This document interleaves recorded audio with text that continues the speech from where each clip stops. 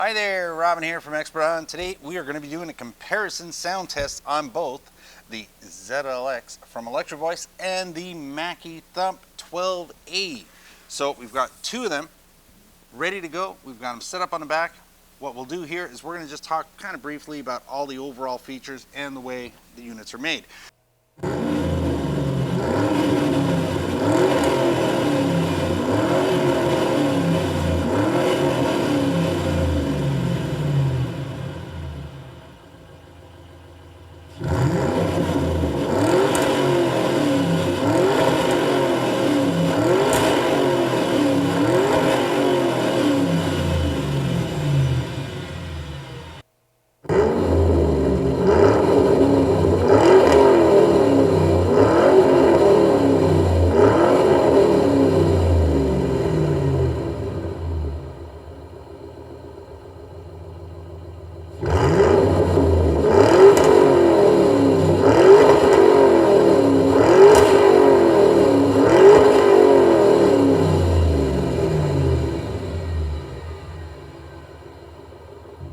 All right, we've got another showdown here. We've got the Electro-Voice ZLX12P versus the Mackie THUMP12A.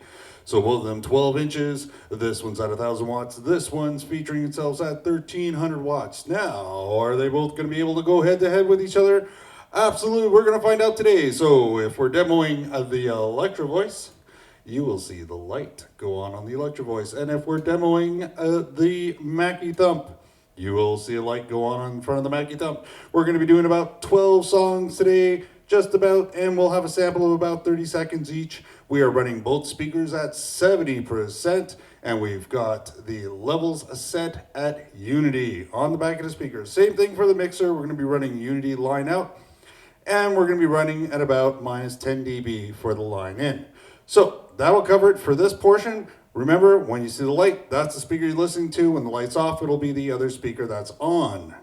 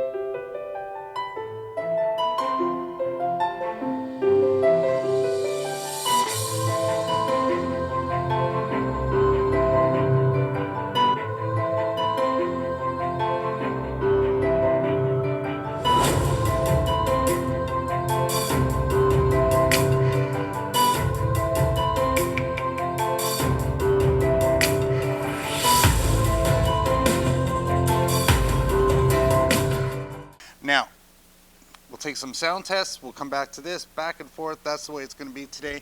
So hopefully it works out for you. Now, if we take the actual Electro-Voice first and we give it a spin, we'll notice that on the Electro-Voice, we have a full display. So there's a built-in DSP with a full display monitor, which allows you to do a whole bunch of things. Now on the back of the Mackie, we've got buttons that allow us to go through the DSP settings.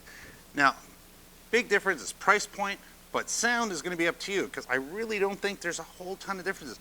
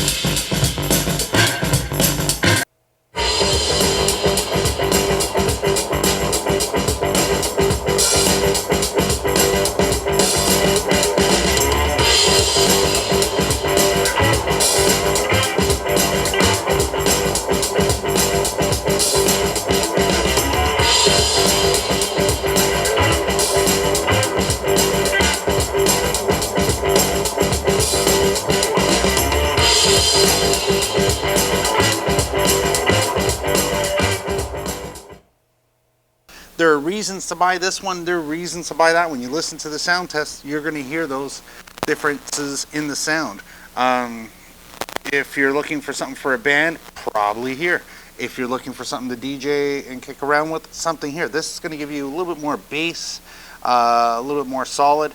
This is probably going to be a little bit more refined for you. So let's just say a good beer, some champagne, that kind of thing maybe. I don't know, I'm making that up. So, but at the end of the day, you've got a lot of settings in here. We left it all at factory when we did the demo today. All we did was go up to 70% on the actual, on the main master out on here. And the same thing here. On the main out, we went up to 70%. Outside of that, we left this at Unity straight at 12 o'clock. We left it in the factory default setting, which was music mode here. And over here, we did the same thing. We went and checked in the menu, and we pressed the button, and we checked it was in music mode. We left it. I'm under the impression that's, you know, what they want to show off with at first, so we left it there.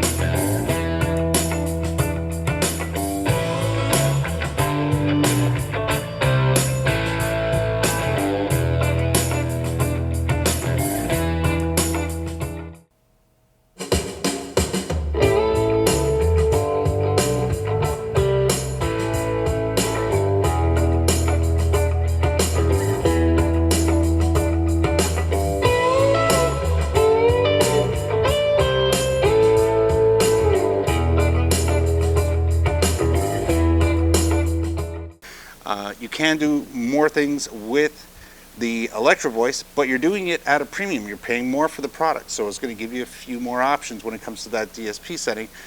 But here it's all about the sound. Is it worth it? Is it not? It's up to you. You're looking at anywhere between $50 to $100 more. The Mackie comes in two variations when it comes to this size product. In this product, you're going to get it as the one that we had here, which was the just a straight up THUMP12A. It also comes as a boosted model. Now, I didn't want to do the boosted because we did the 15 boosted in another video against the JBL, so you can see that one there. The boosted has an app, and it has a display. It has all of that, so you can play around with it on the back and on the unit, thus kind of making it one step up from this guy. So I didn't want to get into the whole app thing today with this comparison, so we stuck with the 12A instead of the boosted. Outside of that, you're looking at 1,000 watts here, what they're advertising, and here they're advertising 1,300 watts. They don't tell you if that's RMS or if that's peak or whatever's going on, so I leave that kind of up to you.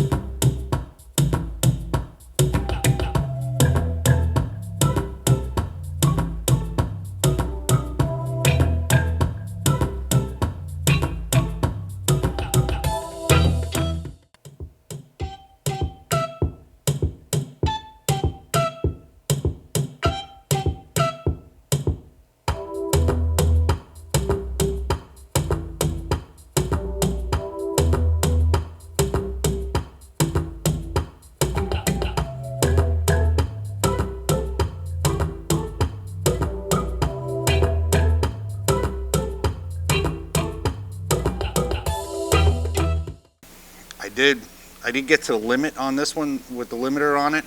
This one wasn't, even though we were both at 70%. Overall volume sounded pretty consistent, pretty the same. After the whole thing was done and said, they were just both warm to the touch, not hot. Funny enough, that was, I'm going to say half an hour ago. This one's still pretty warm, but it's a good heat sink. It soaks up and releases heat, but it still stays warm pretty much for a while afterwards. Outside of that design, they spend more money in this particular product line with all the extras when it comes to the horn. If you're going to use it as a monitor, this is a pretty good, nice step on it. The way it's built is to help diffuse sound, so it sounds as good as a wedge as it does standing up. So that's what they're boasting on their product. They're boasting performance for value. I mean, here you're paying, you know, a significant less than you are for the Electro-Voice, but with this one here, you're getting about the same amount of volume out of it. A little less on the bells and whistles. If you've ever owned one of these or the previous model, I'm not sure if it's exactly the same design-wise. The case is, you know, it's depending on the type of music you play, you could end up with some resonation coming out of the case. And I guess it's not a big deal, especially if you're using it for party speakers, if you're using it for, you know, DJing small events, an extra light set of speakers to carry around. Don't get me wrong, put that on top of a subwoofer, it's a pounding set. Same thing applies here. These are great if you're a band playing pubs and you're a band that plays a bar here and there and that sort of thing, rec room setups. You've got a practice room, you want to have nice speakers, you want them to be versatile, you want to use them as a monitor or as a main front of the house just to play to the actual crowd. You can do that. This, if you need an extra speaker, you can just stand it up, point it out, and boom, you're all set. So.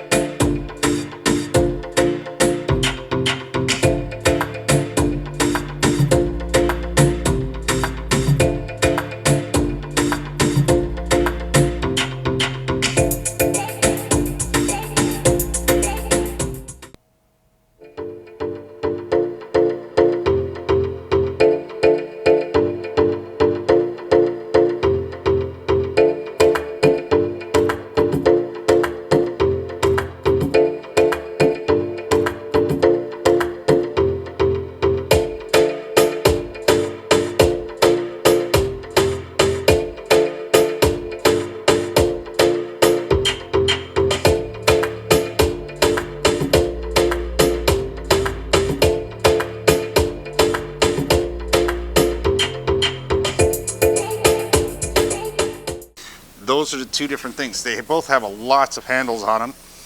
They go and put handles top and bottom. They put a thumb fastener at the bottom where the pole mount is. They put handles on this side, but not on this side. So no handle here. Their choice. Here you're going to get a handle on both sides. You're going to get a handle on top, and you get a handle at the bottom. So technically speaking, one more handle on the Mackie. So there you go. I hope you like all the sound tests. Remember, if you're looking for either one of these products, you can find it either here at our website, or you can find it on Amazon.com. We'll have links for that down below. We'll also have links for Amazon.ca if the product's available there too, and maybe some other Amazon sites. Who knows? All that'll be down there. We'll also put some of the information, and we're going to give you links to the video that we did just on the Mackie and the video we did just on the Electro-Voice. So if you're looking for more information about either one of these, we'll have links to that too. And I'll probably end up throwing a survey up here right around now. And that survey is, if you want just a video with the 16 minutes worth of audio only from the sound demos, I'm going to put a survey, see what you think. If enough people want that, I'll just upload it on a Saturday night, something like that, and it'll be just the audio portion of the sound test. So this way you can hear all the tracks, not just the ones we chose to put in here, but all of them. There was a lot of them, so a lot more than we have in the video. Anyways, I hope you have fun watching this video. We'll see you on the next one. I know I'm about to say that at the end of the actual sound demo, but don't worry about it. Never hurts to say it twice. Thanks for watching.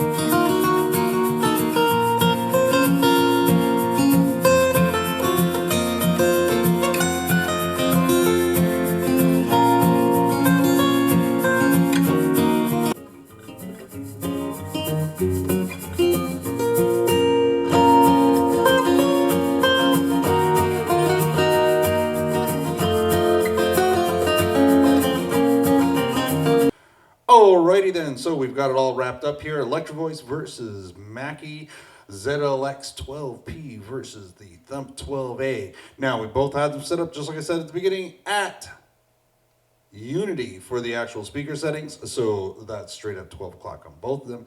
Plus, we left them in the factory defaults, because I'm kind of assuming that if out of the box, they want both machines wanted to be in the music setting. So I'm going to assume that's how they dialed it up, to get it to be as best as they wanted it to be out of the box as a first time experience. So that's what we have here. So we did go up to 70% or plus 7 dB on the Electro-Voice, and we did go to 70% on the actual main output on the Mackie. So that's everything. Don't forget to subscribe, and if you have, thank you very much. And we'll see you on the next video. Bye for now.